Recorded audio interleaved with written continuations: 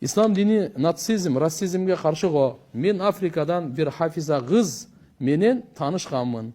Ал мага турмушка чыгамын дейт. Билесиз да үйдөгүлөр каршы. Эмне кылсам баары каршы. Мен жалгызмын. Ушундай баалуу белектен кол жуймунбу.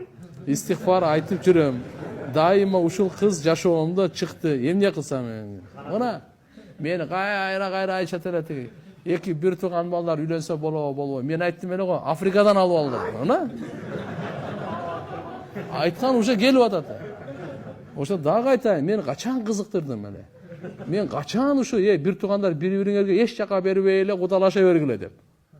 Шариятта сураганыңарды жооп бердик да, кыямат күнү жооп беребиз да биз. Курандагы адалды мен кантип арам дейм? Арамды мен адал деп айта албайм. Адамды арамды адал деп, адалды арам. Имандан ажырап калат адам. Мына ошо мага тимектен Африкадан кудалашкыла дедим эле го. Кыжалат болбоңуз. Эгерде хафизе иман болсо эчтеке эмес. Тарыхта каласыз. Туурабы? Кыргыздарды көбөйтөсүз.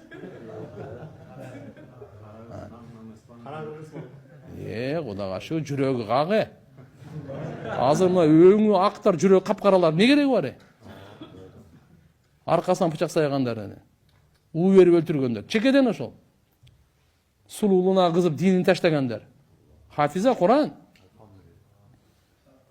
Ошон үчүн айтылбайт ал.